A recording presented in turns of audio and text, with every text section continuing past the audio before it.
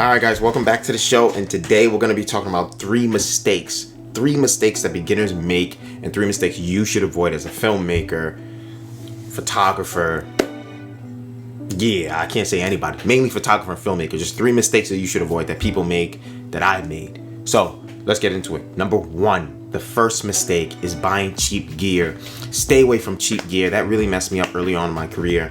I thought, if you go ahead and buy cheap gear, as long as you have the gear, you can get it done. Certain lights, $100 here. Now, certain things you may be able to get away with it. Maybe like a rig. If you buy like a shoulder rig or something like that for like $100 or $150, you may be able to get away with it. But usually, you're gonna find out in film and just doing film period or photography, the higher the cost and the higher the cost or the price, usually the higher the quality, longer it's gonna last, and just better it is overall.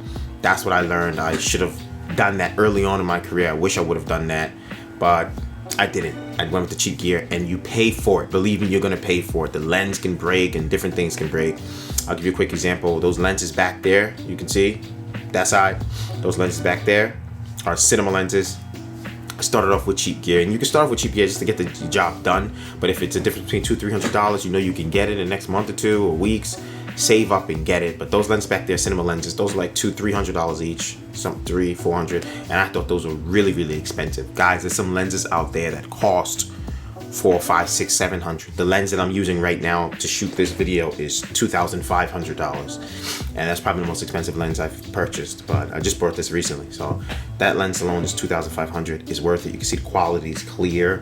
You can see me clearly. It's 4K, and YouTube compresses their quality, so it's even sharper than what you're seeing right now.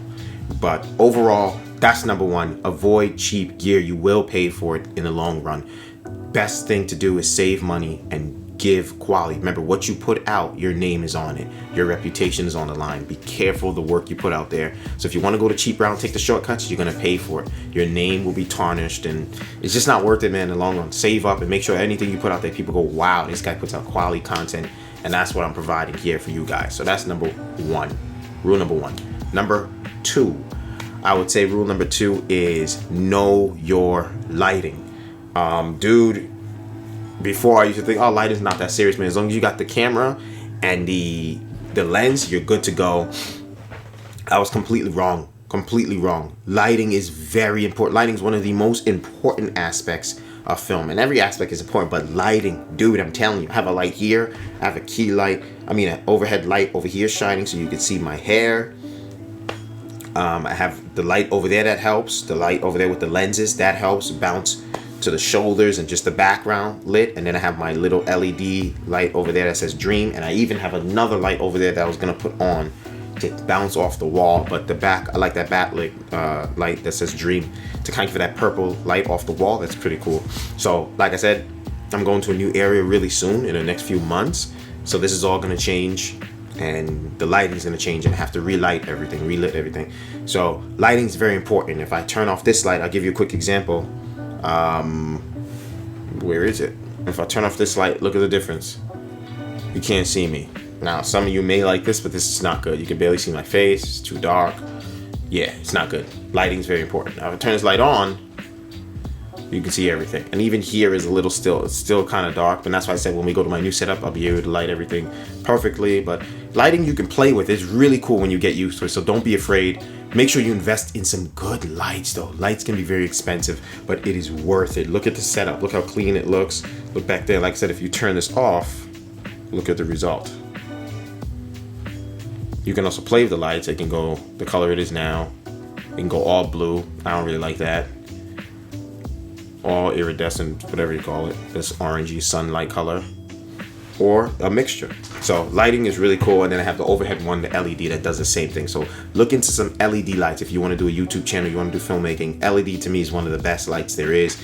Look into some key lights and stuff like that. And later on, when you start getting really big at filmmaking, you look into like ARRI lights and things like that. But you want a minimum of like a 3 lighting setup. One light in the front of you, which you can actually start with a 1 light setup. 1 light in front of you.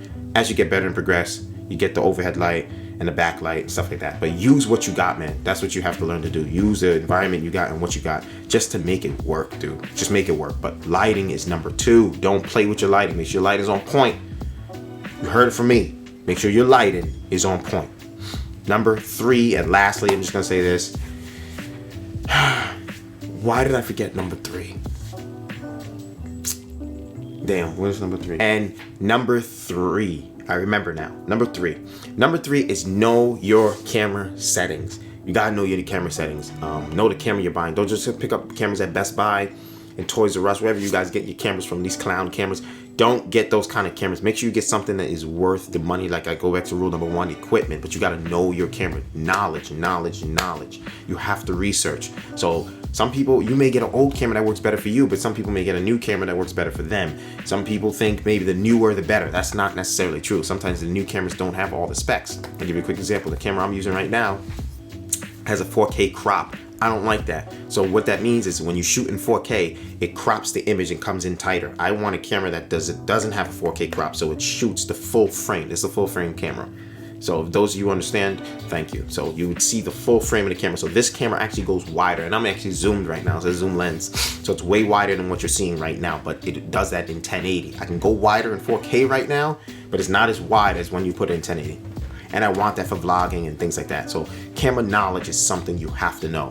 Avoid auto settings. Now, if you're outside, you're doing something quick, it's cool, but mainly you want to avoid auto settings. Avoid it. Go manual. But in order to go manual, you have to know your camera settings. What that means is learn ISO, learn aperture, and learn shutter speed. Remember that whatever aperture you're at, the lower the aperture, the more bokeh you're going to get, the more light comes into the lens. And lenses have different apertures. Some lenses only max at a 2.8, 1.5, 1.9. Usually the lower the aperture the lens goes, the more expensive because it lets more light in, meaning it's better at low light settings. I'm trying to think of anything else. Your frame rate. If your frame rate is 24 frames per second, which is usually like movie quality, you always want to double that on your shutter speed. So your shutter speed should be double that. So it's like 1/50th. These are just things you should know. Just double your shutter speed, whatever your frame rate is, double it. So if you're shooting 30 frames per second, your shutter speed should be 1/60th. That's what it is. So I'm shooting 1/50th. So things you gotta learn about cameras and things like that. Learn knowledge. Don't just throw money out there and think this camera looks cool because I saw somebody shoot a YouTube video and the quality was dope. So I'm gonna do the same thing with mine. It doesn't work like that. You have to know your stuff. And usually the main focus or the main thing that gives you that quality with cameras is the lens. It's not really the camera all the time, it's the lens. Cameras do help, it's just the body, but it's like a car with no wheels. The wheels is the lens. Learn your lenses, learn your aperture, learn what you're buying, folks. That's 3 of them. You guys have any other things that you want to drop in the comments that I may have missed or I should have spoke about, that 3 mistakes that usually beginners make? 3? Tell me in the comments below. I want to hear what you guys think. But I think I got it all. And with that being said, I'm gonna catch y'all next episode. Avoid these 3 mistakes and let's keep it rocking. Peace. Chefing up, cooking them pies, leaving no slice, believe on a guy who in demand and who got supplies. You on the land, me I'm fly. Look at the miles, I be in skies, right by my side. Miss, look at the thighs, up in Dubai. You see us, black man, black sand beaches.